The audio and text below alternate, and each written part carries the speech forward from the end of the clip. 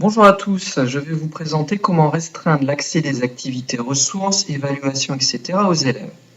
Alors cela peut être très utile dans le cadre de parcours de formation différenciés, puisque les élèves ne pourront pas avoir accès aux activités au même moment, mais on peut également cacher des activités à certains élèves et leur en proposer d'autres. Alors tout d'abord, d'une manière assez simple, il est possible de cacher des ressources aux élèves et de les rendre visibles quand on le souhaite. Mais ça concerne l'ensemble des élèves inscrits au cours. Donc il faut au préalable activer le mode édition et ensuite choisissez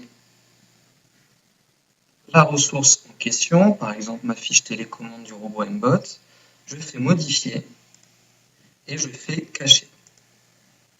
Ça veut dire que l'élève, étudiant, quand il est inscrit à votre cours, ne verra pas cette ressource-là, par contre elle verra celle-là. Si à un moment donné vous souhaitez qu'elle soit visible à l'ensemble des élèves, vous refaites modifier et vous cliquez sur afficher.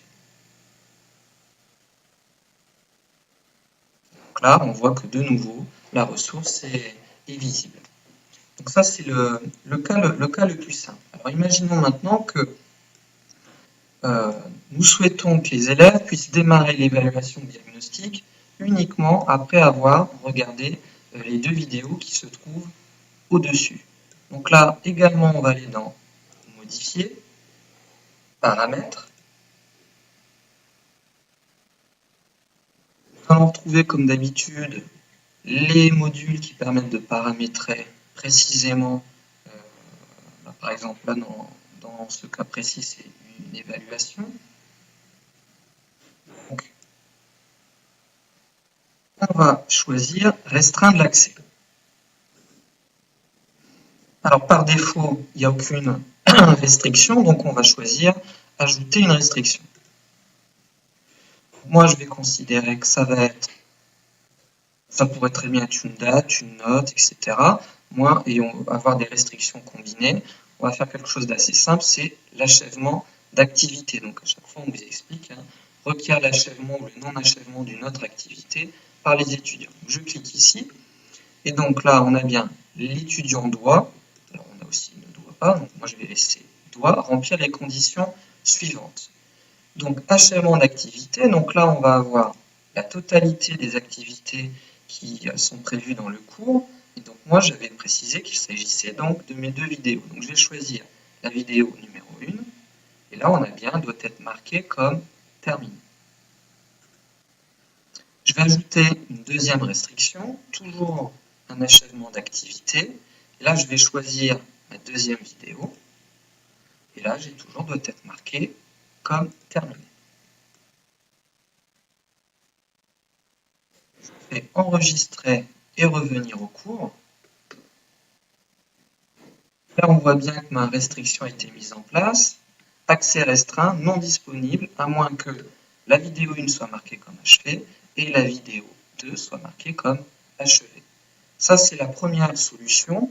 On pourrait très bien imaginer cacher des activités tant qu'une condition ne soit pas requise. Par exemple, je pourrais très bien imaginer l'investigation 2, elle va être cachée tant que l'investigation 1 ne sera pas terminée. Donc je vais faire la même chose, je vais faire modifier, paramètres,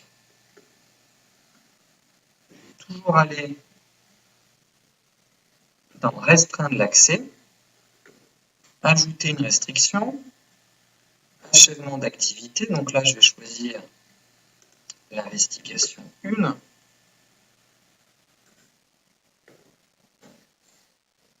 Là vous avez ici le petit œil affiché en grisé si cette condition n'est pas remplie par l'utilisateur.